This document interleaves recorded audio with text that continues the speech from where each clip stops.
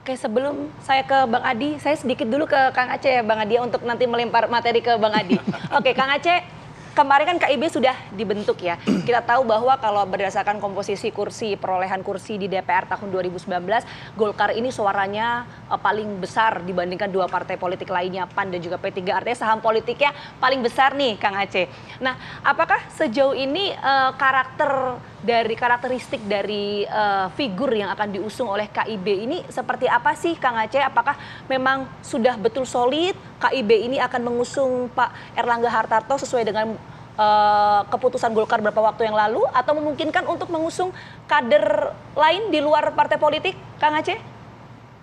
Ya, kami tentu sebagaimana yang disampaikan oleh Pak Erlangga ya di dalam pidato kemarin, beliau kan menyampaikan bahwa soal figur itu ojo kesusu, ulah gagancangan teuing gitu.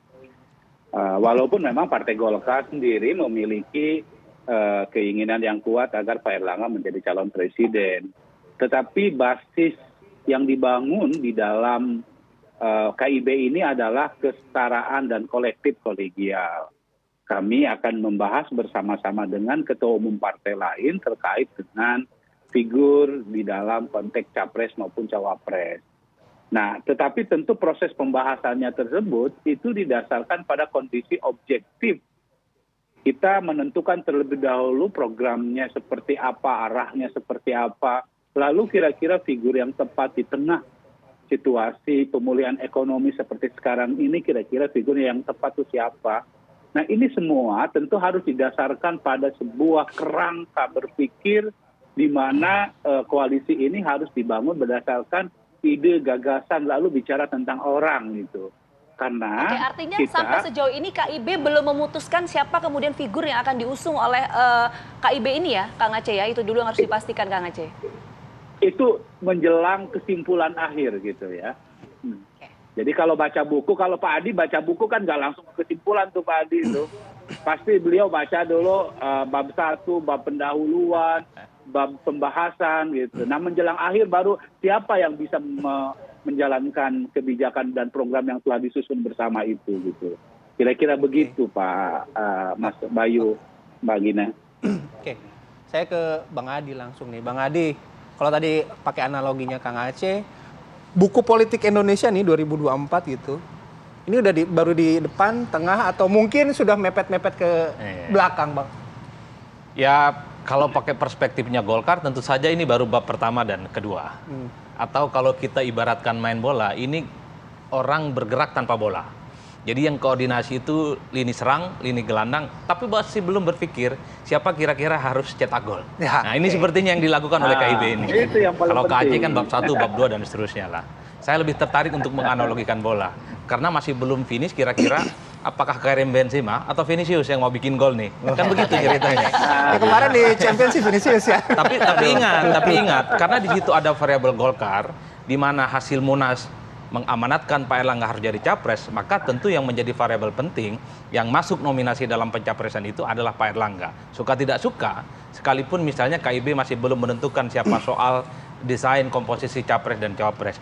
Inilah yang sepertinya membuat kenapa Demokrat kemudian Nasdem belakangan ini melakukan silaturahmi politik yang katanya hanya sebatas kunjungan balasan. Saya nggak terlampau percaya itu. Bang Herzaki ini kan masih pakai teori dramaturgi Erving Goffman ya, tentang panggung depan itu. Panggung depan itu ya terkesan yang hanya sebegitu. Tapi kok saya yakin bahwa pertemuan Surya Paloh dengan SBY itu adalah sebagai upaya untuk meramaikan konfigurasi politik yang sudah mulai terbentuk, di mana KIB sudah mulai muncul, dan sangat mungkin PDIP juga menjadi poros tersendiri. Nah, partai-partai yang belum punya jangkar politik itu sedang membangun satu chemistry yang kemudian bisa dilakukan bersama. Semangatnya sama kok rata-rata. Bang Herzaki ataupun Nasdem ingin mengakhiri dominasinya PDIP. Itu aja. Kenapa tidak bergabung dengan KIB misalnya? Padahal di situ juga banyak teman-teman lama kan. Erlangga dengan Pak SBY juga berteman lama. Saya membaca ada jarak psikologis yang sepertinya masih belum ketemu dengan teman-teman Demokrat dengan Nasdem. Karena mungkin di situ nanti ada Pak Erlangga di mana elektabilitasnya nggak signifikan. Makanya mencoba untuk perkongsian baru. Antara Nasdem, antara Demokrat, mungkin nanti akan ngajak PKS ataupun yang lainnya menyodorkan nama-nama yang menurut mereka punya elektabilitas bagus dan kemungkinan menang. muncullah nama Anies, mungkin juga akan disandingkan dengan AHY. Muncullah nama Anies, mungkin disondingkan dengan calon yang lain. Karena kalau kita melihat suasana batinnya Demokrat, berkoalisi pastinya ingin menang, karena 10 tahun kering itu jadi oposisi gitu. Kan itu saja politik. Jadi politik kita itu bukan majlis taklim ya, yang lillahi ta'ala dan ingin masuk surga, udahlah. Itu sudah selesai. Partai-partai ini setelah KIB terbentuk sudah mulai gerusa-gerusu ya. Bagaimana mereka juga menjadi bagian penting dan tentunya mereka ingin menang di Pilpres. Oke, tapi kalau bicara momentum gitu, Bang Adi saat ini gitu. Kalau tadi Bang Herzaki yang bilang September 2023 itu masih lama gitu. Nanti ada final lobby gitu. Tapi momentum kan dibangun dari sekarang gitu. Nah, apa kepentingannya momentum itu dibangun oleh Demokrat, kemudian ada KIB dan mungkin juga menyusul partai-partai lain? September 2003 itu kan pendaftaran ke KPU soal siapa capres dan cawapres. Ada penetapan siapa kandidasi nomor urut 1, nomor urut 2, nomor urut 3. Politik kita kan nggak ujuk-ujuk. Ada batu bata politik yang mereka sengaja desain sejak awal.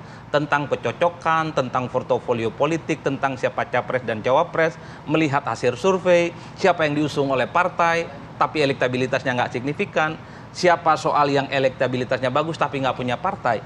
Inilah yang kemudian membuat roadmap politik kita itu masih abu-abu dan bahkan cenderung gelap gulita. Sekalipun ada nama AHY misalnya yang tetap masuk nominasi pencapresan Demokrat, the end of the day-nya, kalau koalisi dengan Nasdem menginginkan ada kandidat lain, kok rasa-rasanya itu bisa dinego. Yang penting siapapun yang diusung menang dan mengalahkan dominasi PDIP yang sudah 2 periode ini memenangkan pertarungan. Menjadi oposisi itu pahit, Pak. Pahit oposisi. Bang Herzaki benar ya gitu nggak? Ya kalau ini kan bagian dari peran sejarah saja. Kadang ada yang di dalam, kadang ada di luar. Yang penting bagaimana apa yang kita lakukan ini punya kontribusi ya, kebaikan untuk masyarakat, bangsa dan negara. Nah begitu juga yang kemarin dilakukan oleh Pak SBY dan Mas AHY ketika bertemu dengan Pak Surya Paloh. Ini kan konteksnya begitu, membangun silaturahmi, komunikasi politik. Ini kan ada politik, budaya politik yang sangat baik sebenarnya yang ditunjukkan oleh guru bangsa kita Pak SBY gitu. Karena harapannya politik itu namanya perbedaan pasti ada ya di mana-mana, tetapi bagaimana kita semua ini ke depannya punya tujuan yang sama ya, kita ingin bangsa dan negara ini baik kok gitu loh. Oke, Nah, tadi- saya berangkat juga sebentar. Iya, Saya berangkat juga tadi ada apa? Gap psikologis begitu ya antara Demokrat sama Golkar kata Bang Adi tadi nyebutkan gitu. Tapi kalau misalnya dari Bang Herzaki sama Golkar gimana deh dengan narasumber yang hadir deh hari ini, dengan Golkar gimana deh? Kalau kita chemistry-nya sangat baik ya dengan semua ya. Mas AHY itu kan istilahnya tidak punya beban politik dengan siapapun. Komunikasi tadi dengan Mas Erlangga misalnya ya, ketumnya Bang Aceh, kan juga sangat baik. Kemarin terakhir pas Lebaran kita juga datang, berkunjung, ada Mbak Anissa, juga teman baik dengan istrinya Pak Erlangga gitu. Jadi memang kalau Mas AHY ini kan orang yang sangat terbuka dan sangat supel ya, bisa bergaul dengan semua ketua umum partai maupun berbagai pihak. Jadi memang inilah kelebihannya Mas AHY selaku ketua umum kami gitu. Istilahnya mohon maaf nih, tidak punya beban politik ini. Dan ya, tapi lagi-lagi kan namanya pertemuan ya. Nggak semua juga kita ekspos ke depan gitu. Ya termasuk pertemuan kemarin ini kebetulan saja memang ternyata Sengaja dibocorin gitu. Ada yang mengekspos gitu loh, ada yang Kan dari mengekspos. Partai Demokrat sendiri yang Enggak. posting. Kalau kami enggak, bukan kami yang posting, tapi banyak pertanyaan dari wartawan mereka sudah menyodorkan foto. Oke. Bang, ini seperti ini nih, Bang gitu ya. Oke. Kami jelaskan apa adanya. Ini adalah ada politik, budaya politik yang sangat baik yang ditunjukkan Pak SBY dan Mas AHY bisa menjadi panutan buat kita. Oke, baik. Gitu. Nah, menarik Bang Zaki. Tadi dari diskusi kita ada 3 narasumber di sini, saya menangkap satu hal yang menarik. Saya mau ke Kang Aceh. Kalau memang sampai sejauh ini komunikasinya masih sangat dinamis, Kang Aceh, apa sih sebetulnya yang kemudian menjadi fokus perhatian dari partai politik saat ini? Karena kalau kita bicara mengenai kontestasi 2024, ini ada 2 hajatannya, Pilpres dan juga Pileg. Artinya kan fokus partai politik akan terbelah. Nah, saat ini fokus dari partai bagaimana, Kang? Apakah kemudian ke Pileg dulu kah? Atau bagaimana? Karena komunikasi masih sangat cair, belum ada figur yang kemudian bisa diusung dan lain sebagainya. Ya, tentu yang paling menjadi fokus kita sebetulnya adalah ketiga-tiganya sangat penting. Tetapi karena sekuen dari pelaksanaan pemilu di tahun 2024 ini, semua dilakukan secara bersamaan, yaitu Pileg dan Pilpres, kemudian nanti di bulan November itu adalah Pilkada. Tentu semua proses tersebut tidak bisa dilepaskan dari dinamika politik, baik dalam konteks koalisi maupun bagaimana membangun kebersamaan di dalam konteks pemilu 2024 nanti. Tentu kami Partai Golkar misalnya telah menetapkan bahwa perjuangan kami adalah bagaimana memastikan supaya pileg ini kita sama-sama punya keinginan untuk menang. Pilpres pun juga kami punya keinginan sama-sama untuk menang gitu ya. Dan saya kira komitmen kita untuk menjadikan pemilu 2024 ini sebagai kontestasi ide dan gagasan itu kan harus dimulai dari sekarang. Kenapa? Karena kami berpikir bahwa kalau koalisi ini dibangun dalam konteks belum memiliki kesamaan perjuangan yang sama, dikhawatirkan tentu nanti kita akan berpikir selalu shortcut gitu. Maka cara yang paling mudah untuk menaikkan kontestasi politik adalah misalnya dengan politik identitas. Dan itu saya kira kita belajar dari dua pemilu yang telah dilakukan dalam konteks pemilihan presiden. Jadi karena itu tentu kami punya keinginan yang kuat ya bahwa karena bagaimanapun sekuennya adalah pileg dan pilpres, maka fokus kita saat ini adalah memastikan bahwa pileg dan pilpres harus dilakukan sebagai target utama. Tentu pilkada pun juga penting dan saya kira di beberapa daerah kita bisa melakukan kerjasama dengan partai-partai yang lain. Karena di dalam konteks pilkada pun keharusan untuk mencalonkan diri sebagai calon kepala daerah kan tergantung dari hasil pemilihan legislatif.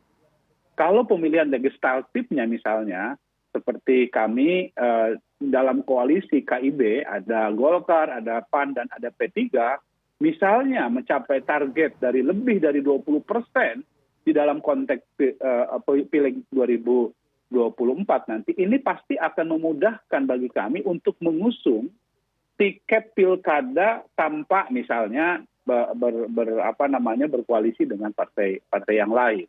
Jadi memang tergantung kepada sejauh mana perjuangan kita di dalam konteks pileg dan pilpres. Nah, kalau kita sudah memiliki kemenangan di dalam konteks pileg gitu ya, maka dengan sendirinya pilkada itu yang membutuhkan persyaratan pencalonan lebih dari 20% itu dengan akan mudah untuk bisa kita dapatkan gitu. Oke, baik Kang Aceh, Bang Zaky, Bang Adi, nanti kita lanjut lagi ya. Kita masih ada satu segmen lagi ya, kita break dulu ya. Oke, sesaat lagi kami akan kembali.